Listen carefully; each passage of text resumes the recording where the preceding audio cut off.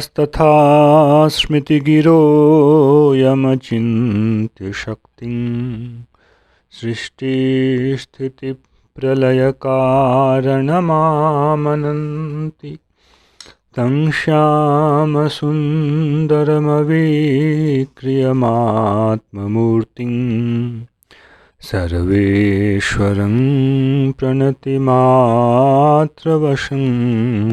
भजामः।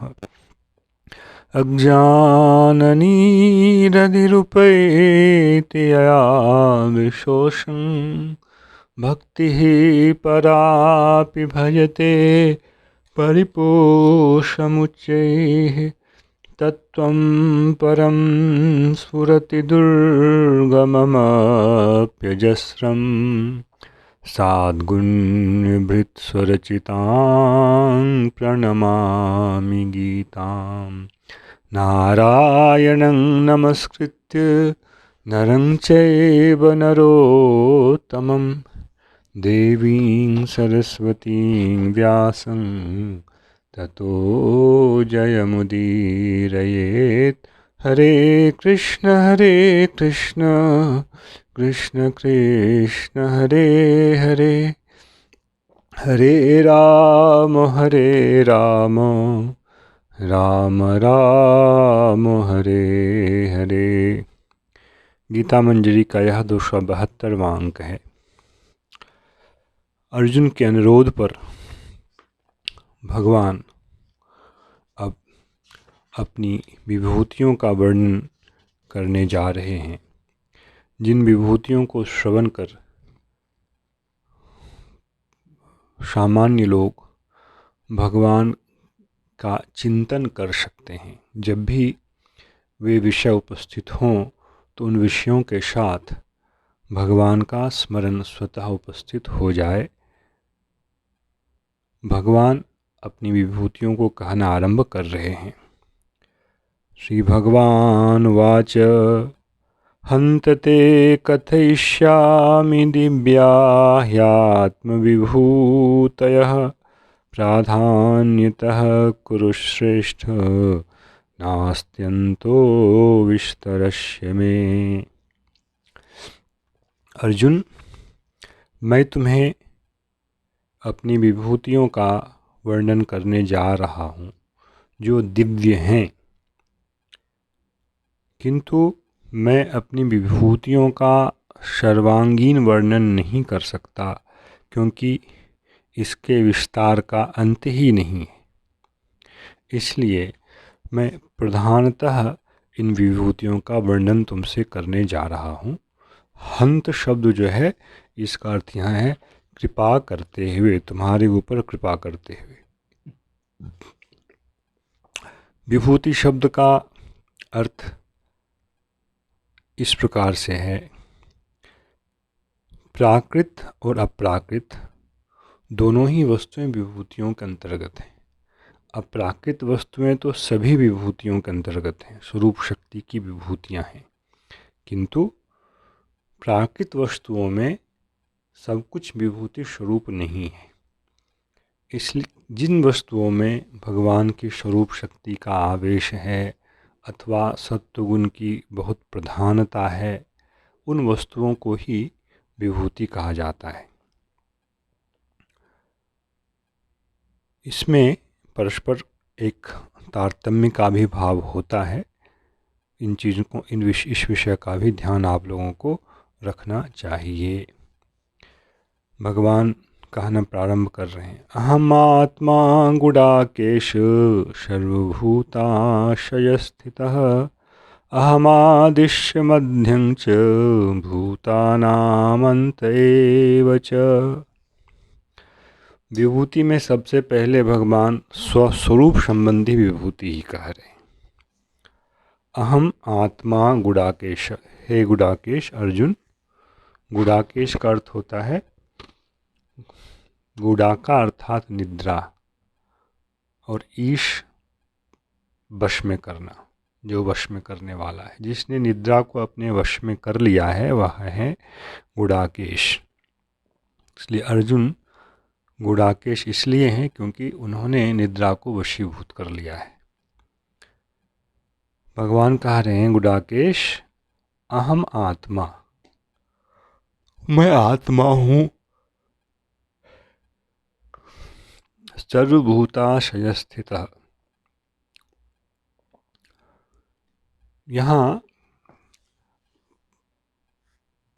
प्रतीत ऐसा होता है कि एक ही आत्मा का परामर्श है, एक ही विभूति के विषय में कहा जा रहा है, किंतु ठीक से विचार करने पर यहाँ अलग अलग स्थिति का बोध होता है। अहम आत्मा, पहला शब्द जो है प्रकृति के अंतर्यामी का वर्णन कर रहा है।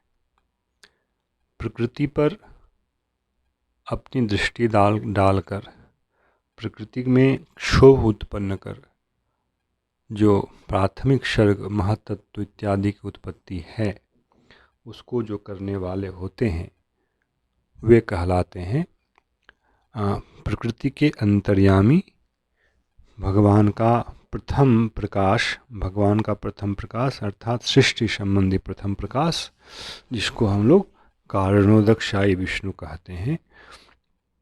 ये महत सृष्टा प्रथम पुरुष परमात्मा है। उसके बाद सर्वभूताशय स्थितः, यह जो शब्द है इसके यहाँ दो अर्थ हो सकते हैं। सर्वभूत को यदि हम समष्टि भूत कहें, जितने भी भूत हैं चराचर जड़, सबका यदि हम एक सम्मिलन कर दें, सम्मिलित बोध जब सबका होगा तो वह सर्वभूत होगा। और उसके आशय में स्थित, उसके अंतः विद्यमान जो भगवान का प्रकाश है, वह जो है समष्टि विराट का अंतर्यामी कहा जाता है। कारणोदकशायी प्रथम पुरुष हैं जो कि प्रकृति के प्रति ईक्षण करते हैं, प्रकृति पर दृष्टिपात करते हैं और प्रकृति क्षुब्ध होकर के भूतों का निर्माण करती है। अब इन भूतों की समष्टि में उस प्रकृति अंतर्यामी का एक और प्रकाश उत्पन्न होता है जो कि गर्भोदशायी कहलाता है, और विराट, इन्हीं विराट पुरुष कहा जाता है। विराट जो समष्टि विराट है उसके अंतर्यामी ये गर्भोदशायी होते हैं। और तीसरा अर्थ, तीसरा जो प्रकाश है सर्वभूताशय स्थितः, इसका एक और अर्थ संभव है, सभी भूतों के हृदय में पृथक पृथक जो स्थित है। कारणोदकशायी प्रकृति के अंतर्यामी, गर्भोदशायी समष्टि विराट के अंतर्यामी। इन्हीं गर्भोदशायी से जो सृष्टि आगे चलती है, उसके लिए जो स्थिति के लिए विष्णु भगवान, सृष्टि के लिए, आगे की सृष्टि के लिए ब्रह्मा, और आगे के संहार के लिए रुद्र का जो आविर्भाव होता है इन गर्भोदशायी से होता है। और जब जीवों को अपने अपने कर्म के अनुसार देह की प्राप्ति हो जाती है, तब जीवों के आशय में, हृदय में पुनः भगवान अपना विस्तार करते हैं प्रत्येक जीव के साथ। वह जो उनका प्रकाश है वह जीव का अंतर्यामी कहलाता है। तो सर्वभूताशय स्थितः के दो अर्थ संभव हैं। सर्वभूत मतलब समष्टिभूत, उसके जो अंतर्यामी है, उसके आशय में जो स्थित है वे गर्भोदशायी, और एक एक करके सभी जीवों के हृदय में जो स्थित हैं वे जीव अंतर्यामी, जीव के साथ रहने वाले। यह अपने ही तीन प्रकार की विभूतियों का वर्णन किया। यह स्वरूप संबंधी विभूति है, भगवान के श्वांश हैं ये सब। अहमादिश्य मध्यम च भूतानाम अंतेव च, और मैं इस जगत का आदि भी हूँ, मध्य भी हूँ और अंत भी हूँ। इसके द्वारा भगवान क्या कहना चाह रहे हैं? भगवान यह कहना चाह रहे हैं कि मैं ही इस जगत का कारण हूँ। जगत के कारण के रूप में मेरा ध्यान करना क्योंकि आदि कारण प्रकृति के अंतर्यामी, मध्य के कारण जो हैं वे गर्भोदशाई और जीवंतर्यामी, जीव के साथ रहने वाले। संहार वाले का यहाँ वर्णन नहीं है, किंतु संहार भी भगवान के गर्भोदशाई से निकले हुए तीसरे रूप शिव से होता है, और अंत में फिर तो कारणोदक्षाई से होता ही है। वो कारणोदक्षाई में ही यह संपूर्ण जगत जो है विलीन हो जाता है। तो इन जगत की सृष्टि, जगत की मध्य स्थिति और जगत का जो अंत है, भूतानाम अंत जो है, यह भी स्वयं को ही भगवान कह रहे हैं, अर्थात इसके कारण के रूप में अपने आप को भगवान कह रहे हैं। इसी से संबंधित भाव पुनः इस अध्याय के 32वें श्लोक में भी भगवान ने दिया है, सर्गानाम आदिरंतस्य मध्यम चैवाहम अर्जुन। किंतु वहाँ की व्याख्या में थोड़ा भेद होना चाहिए यहाँ की व्याख्या से, इसलिए यहाँ भगवान को इनके कारण के रूप में देखना और वहाँ जो है क्रिया को भी विभूति के रूप में देखना, वह श्लोक जब आएगा तब उस पर हम लोग चर्चा करेंगे। आगे 21वें श्लोक में भगवान कह रहे हैं, आदित्यानाम हम विष्णुर ज्योतिषाम रविरंसुमान मरीचिर्मरुतामस्मि नक्षत्राणामहं शशि। मैं आदित्यों में विष्णु हूँ। सूर्य के 12 रूप माने गए हैं। उन 12 रूपों में जो विष्णु नामक रूप है वह भगवान की विभूति, अर्थात उनमें भगवान का विशेष रूप से अपनी शक्ति का संचार है। आदित्यानाम अहम विष्णु ज्योतिषाम रवि अंशुमान। जो ज्योतिर्मय पदार्थ हैं, प्रकाशमय पदार्थ हैं, उनमें जो महाप्रकाश में यह सूर्य है वह हमारी विभूति है। इसलिए सूर्य मंडल में भगवान का ध्यान करने का विधान किया जाता है। सूर्य के अंतर्यामी के रूप में जो भगवान विष्णु हैं उनका तीनों संध्याओं में ध्यान किया जाता है वैदिक पद्धति से। आदित्य का अर्थ है साक्षात रूप में अदिति का पुत्र होना।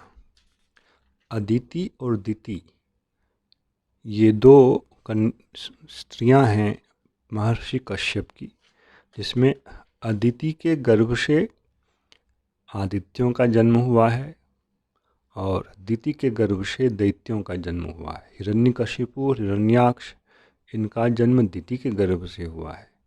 और अदिति के गर्भ से जो 12 आदित्य उत्पन्न हुए हैं, अन्य देवता लोग भी उत्पन्न हुए, उन आदित्यों में जो है जो विष्णु रूप है 12 आदित्यों में, उसको भगवान ने अपना वो कहा। और सूर्य जो यह जरी पिंड हमारे सामने दिखाई पड़ रहा है, सूर्य के अधिष्ठात्री देवता वो 12 आदित्य में से जो विष्णु है।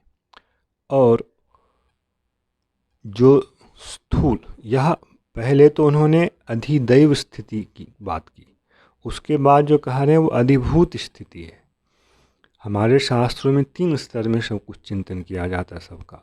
जड़ पदार्थ जितने भी हैं ये अधिभूत कहलाते हैं, किंतु जड़ पदार्थ में स्वयं कुछ कर्तृत्व नहीं होता है, इसलिए इनकी क्रियाओं का नियमन करने के लिए एक देवता होता है। तो उस देवता का जो रूप होता है उसको हम लोग बोलते हैं अधिदैव रूप। अधिभूत स्थूल जड़ पदार्थ, अधिदैव उस जड़ पदार्थ के नियामक देवता, और उनके भी नियामक, उन देवताओं के भी जल के नियामक वरुण हैं, जो तेज पदार्थ है उसके नियामक अग्नि देवता हैं। ऐसे ही संसार भरा हुआ, इसलिए भगवान ने कहा अनंत, विभूतियों के विस्तार का अंत नहीं। उसमें से प्रधानतः भगवान कहने के लिए उद्यत हुए हैं। तेजोमय पदार्थ जो है, जो अग्नि सदृश है, उसके अग्नि हैं, वायु के मरुत हैं, मरुत के भी 50 भेद हैं। इसी प्रकार जो ज्योतिर्मय पिंड हैं, उन ज्योतिर्मय पिंडों में, प्रकाशमय पिंडों में सर्वप्रधान जो है पृथ्वीवासियों के लिए सूर्य है। ऐसा नहीं समझना चाहिए कि बस यही एक विभूति है। अनंत है, ब्रह्मांड बहुत बड़ा है। हम लोगों को सापेक्ष रख करके भगवान जब विभूतियों का वर्णन कर रहे हैं तो हमारे समीप जो हैं इनका ही वो वर्णन कर रहे हैं। तो सूर्य ज्योतिर्मय पिंडों में सबसे अधिक मनुष्य जीवन के लिए, पृथ्वीवासियों के लिए कंट्रोल करने वाला है।